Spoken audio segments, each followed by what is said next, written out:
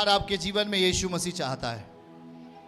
चलिए लूका रचित सुसमाचार 11वां अध्याय से 11 अध्याय के 24 आयत से हम पढ़ेंगे।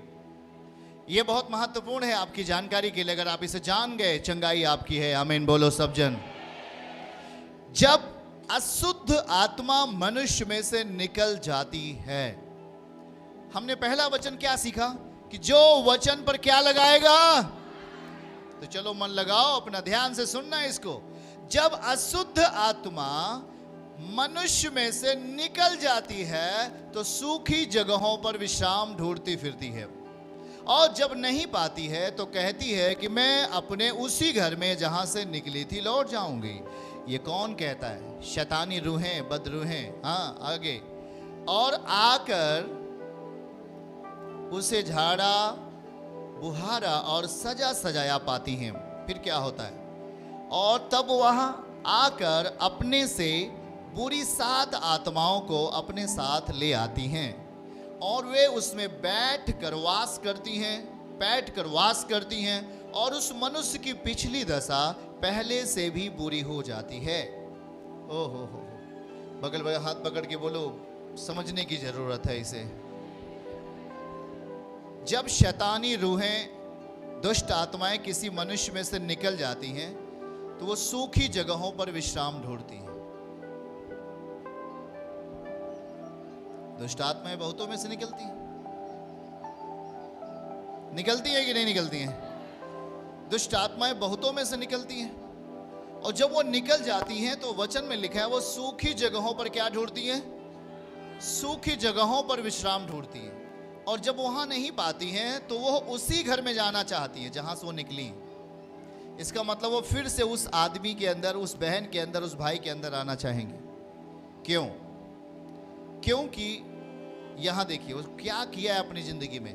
लिखा है कि जब नहीं पाती हैं तो वो उसी घर में जहां से निकली थी लौट जाऊंगी, ऐसा करके वो कहती हैं। फिर क्या होता है? क्यों ऐसा करती हैं? क्योंकि वो आकर उसे वो आकर, जब वो दुष्टात्माएं आती हैं जहां से पहले वो निकली थी, वो आती हैं और उसे झाड़ा बुहारा और सजा सजाया पाती हैं। बोलिए, झाड़ा बुहारा सजा सजाया पाती हैं। और 7 गुना, कितना गुना? कितना गुना?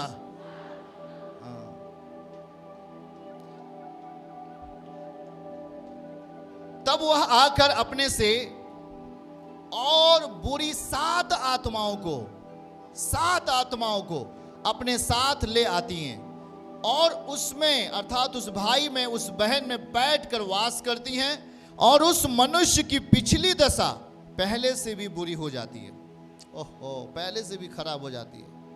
याद रखना इस बात को, आज जो बातें प्रभु आपको समझाने वाले। मैं कह रहा हूं कि जब आप एक आत्मिक जिंदगी को जीना चाहते हो विश्वास के साथ, याद रखना अगर आप एक आत्मिक जिंदगी जियोगे, उस आत्मिक जिंदगी जीने में विश्वास सबसे महत्वपूर्ण है। क्या चीज सबसे महत्वपूर्ण है? और उस विश्वास में जो तथ्य मिला दिए हैं, उस विश्वास में जो उसका कैरेक्टर है विश्वास का, वो होलीनेस का होना चाहिए। बोले, विश्वास का कैरेक्टर, विश्वास का चरित्र कैसा होना चाहिए? पवित्रताई का होना चाहिए। यहां देखो, जब दुष्टात्माएं किसी भाई बहन से निकली तो फिर उसी के अंदर आ गई जहां से वो निकली थी। क्यों? क्योंकि उस भाई के अंदर, उस बहन के अंदर आत्मिक बदलाव नहीं आया।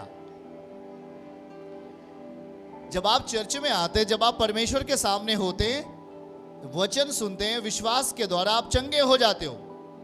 पर जब दुष्टात्मा उस स्थान को छोड़ के चली गई जहां वो था, पर अब वो स्थान खाली पड़ा हुआ है, उस स्थान पर हमें परमेश्वर की मर्जी लाना चाहिए, उस स्थान पर परमेश्वर का बल लाना चाहिए, उस स्थान पर परमेश्वर की शक्ति लाना चाहिए, उस स्थान पर परमेश्वर की इच्छा लाना चाहिए। पर अभी हमने उस स्थान को खाली छोड़ दिया है। खाली छोड़ने का मतलब वहां वीकनेस है, वहां कमजोरी है।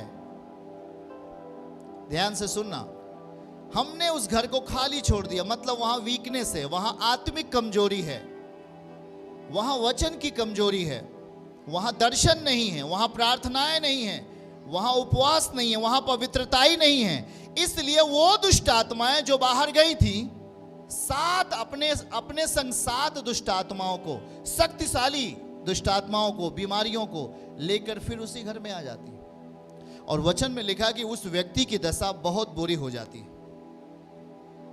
उस व्यक्ति की दशा पहले से भी बुरी हो जाती है। बगल वाले का हाथ पकड़ के बोलो, कारण क्या है? याद रखना, जब दुष्ट आत्माएं आपके भीतर होती हैं तो वो अपनी दशा बना के रखती हैं। वो अपनी दशा बना के रखती हैं, अपनी इच्छा आपके अंदर देती हैं, अपनी मर्जी आपके अंदर देती हैं, बुरी अभिलाषाएं आपके अंदर देती हैं, अंधकार की शक्तियां अपनी मर्जी को आपके अंदर देती हैं। जब आप उसके सम्मुख बने रहते हैं, परमेश्वर के सम्मुख बने रहते हैं, उसके वचन को सुनते रहते हैं, उसकी इच्छाओं पे चलते रहते हैं, एक दिन वही दुष्ट आत्मा उस अंदर, आपके शरीर के अंदर की जगह को छोड़ के बाहर निकल जाता है। हाँ या ना बताओ? जब वो बाहर निकल गया, आप तो चंगे हो गए, पर याद रखो अब आपकी तैयारी किस में होनी चाहिए? शैतानी रूहें जब निकल जाती हैं, बद रूहें निकल जाती हैं, अब हमें वीकनेस नहीं आना चाहिए, आत्मा में कमजोरी, बोलो कमजोरी नहीं आना चाहिए। याद रखना, अगर आपका ब्लड निकाल लिया गया तो आप ऐसा कुछ इंतजाम करो कि आपका ब्लड, आपका खून क्या हो जाए? बढ़ जाए। हाँ या ना? अगर आपने सही समय पर अपने बॉडी का सही चीज का खून बढ़ाने के लिए कुछ इंतजाम नहीं किया, खाना पीना नहीं खाया, तो आपका शरीर वीकनेस होगा, कमजोर होगा और आप एक बड़ी बीमारी का शिकार हो जाते कि नहीं हो जाते? दुष्ट आत्माएं आपके अंदर निकलती। जब आपके अंदर दुष्ट आत्माएं होती हैं तो दुष्ट आत्माएं अपना स्वभाव देती हैं। वो अपनी आप को अपनी इच्छा देती है, आपके मन मस्तिष्क में अपनी सोच देती हैं, आपको प्रार्थना करने से रोकती हैं, आपको चर्च आने से रोकती हैं, आपको आत्मिक संगति करने से रोकती हैं, आपको वचन पढ़ने से रोकती हैं, वचन सीखने से आपको मना करती हैं। वो हर वो काम परमेश्वर के विरोध में जो होता है वो सारा काम करती हैं। पर जब आप अपने आप को विश्वास के रास्ते लेके खुदावन के सामने बैठते हो और जब आप वचनों को सुनना शुरू करते हो, जब आप विश्वास की तरह खुदावन के आत्मा का अपने अंदर उसका आनंद चखना शुरू करते हो, तो अभी हमने पहला वचन पढ़ा कि जो वचन पर मन लगाता है उसका क्या हो जाता है? बताइए जरा। कल्याण शब्द सुना कि नहीं सुना? ये जो वचन है वो एक आत्मिक पावर है, आत्मिक शक्ति है। आमीन। जो विश्वास के स्थान पर काम करता है। कौन से स्थान पर काम करता है? और वो विश्वास कैसे होना चाहिए? पवित्र विश्वास। वो बोलते जी मैं भी विश्वास करता हूं, पर शाम को एक बोतल, सुबह ओ जी मैं विश्वास करता हूं, पर वो 2 दिन के बाद व्यभिचार कर रहा है, रोड पे जाकर के पाप कर रहा है, वो जुआ खेल रहा है। वो बोलता मैं भी विश्वास करता हूं, बीड़ी पी रहा है। 4 दिन पहले एक मरा हुआ आदमी, मरने वाला है, सोचो जरा, वो यहां पे आया चर्च में, एक वॉलंटियर हमको बता रहा था, वो एक उसकी दशा बहुत गड़बड़ है, उसका पेट फूला है, वो पहली बार चर्च में आया, उसके आंत में सूजन आ गई, वो मरने वाला है। उसको अभी 1 मीटिंग या 2 मीटिंग को अटेंड किया। अब सोचो जरा, उसके लिए चंगाई की दुआ हो रही है, पर यहाँ जो टैक्सियां आती है वहां टैक्सी वालों से बीड़ी मांग रहे पीने के लिए, हमको बीड़ी देना भाई। अब आप ये सोच सकते हो कि कितना हुकूमत बना के रखती हैं दुष्ट आत्माएं। वो कभी नहीं चाहती कि मैं आपके शरीर से निकल जाऊं, वो कभी नहीं चाहती कि वो आपके बॉडी से जाएं, क्योंकि वो आत्मा है, बुरी आत्माएं हैं, उनके लिए सेटअप घर है वो आपका शरीर। वो आपके शरीर में वो हर चीजें प्राप्त कर लेती हैं जो एक व्यक्ति को प्राप्त होता है। इसलिए अंधकार की जो शक्तियां हैं, जो झूठे फरिश्ते हैं, वो मनुष्य के अंदर आती हैं, वो लड़के लड़कियों के अंदर आती हैं, जवान बेटे बेटियों के अंदर आती हैं और अपनी इच्छाओं को पूरा करते हैं। और लेकिन जब प्रभु कहता है कि जब आप प्रभु के सामने आते हो और पवित्र विश्वास के साथ, कौन से विश्वास के साथ? जब आप पवित्र विश्वास के साथ उसके सम्मुख बैठना शुरू करते हो तो वचन आपके ऊपर कल्याण लेके आता है। क्या लेके आता है? भलाई लेके आता है, कल्याण लेके आता है। तो जब आपका कल्याण होना शुरू होता है, जब आपकी भलाई होना शुरू होता है, इसका मतलब क्या हुआ कि अंदर की जो दुष्ट आत्माएं वो टूट गई, वो बाहर चली गई। आमीन बोलो। फिर क्या हुआ? ध्यान से सुनना। जब बाहर चली गई दुष्ट आत्माएं तो स्थान क्या हो गया? वो खाली पड़ा हुआ है। अब वो खाली न रहे, मतलब कि वो वीक न रहे। शैतान जहां रहता है, दुष्ट आत्माएं जहां रहती हैं, वो उस स्थान को क्या कर देती हैं? कमजोर कर देती हैं।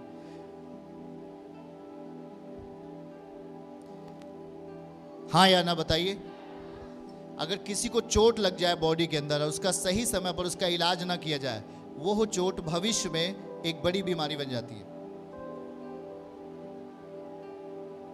एक भाई था जिसको चोट लग गया था, बचपन में चोट लगा था, और वो आगे चल के ब्लड कैंसर बन गया। याद रखना, दुष्ट आत्माएं जिस बॉडी के अंदर होती हैं, अगर वो नहीं निकल रही, अगर उस घर में हैं, तो बीमारी देती थी। आपके मानसिकता को अशुद्ध कर देती, आपके विचारों को अशुद्ध कर देती, आपके काम धंधे को बिगाड़ देती। बाइबल वचन समझा रहा है, जब वो निकल जाएं तो अपने मन को वीकनेस में मत रखो, क्योंकि जो जगह छोड़कर दुष्ट आत्माएं गई हैं, उस जगह को अपवित्रताई से सही करो। आमीन बोलो हालेलुया। मलहम परमेश्वर देगा लगाने के लिए। आमीन बोलो हालेलुया। यहां यही बात लिखा गया। दुष्ट आत्माएं बाहर जाती हैं, उनका ठहराव नहीं है। उनका ठहराव मनुष्य का शरीर है। वो अपने आप को ज्यादा आराम पाती हैं मनुष्य के बॉडी के अंदर। सूखी जगहों पर वो नहीं थी, वो फिर से वहीं आती हैं, फिर से उसी जगह पे आती जहां वो थी, फिर से उसी बहन के अंदर आना चाहती, फिर से उसी भाई के अंदर आना चाहती जहां पर वो थी। पर जब वो आती हैं तो वो भाई उनके लिए रास्ता खोल के रखता है।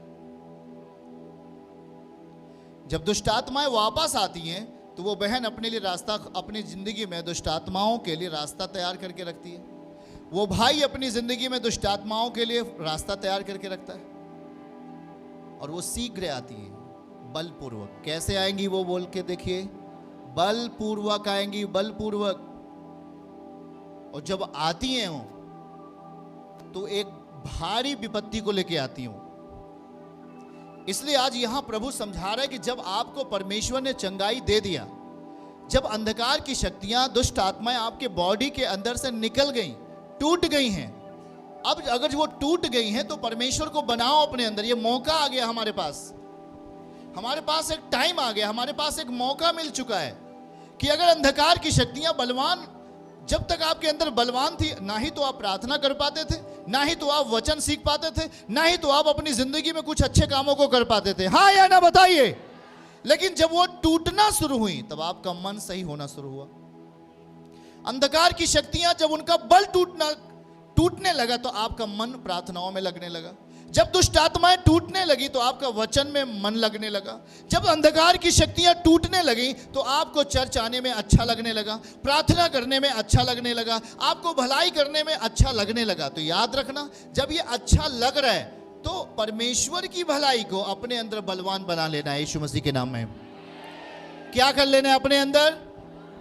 परमेश्वर का जो वचन है वो कल्याण लेके आता है। आता कि नहीं आता भी हमने देखा। तो उस वचन के निकट आ जाना है, ये हमें मौका मिलता है। परमेश्वर हमें अवसर देता है। बगल वाले का हाथ पकड़ के बोलो, हमें अवसर देता है।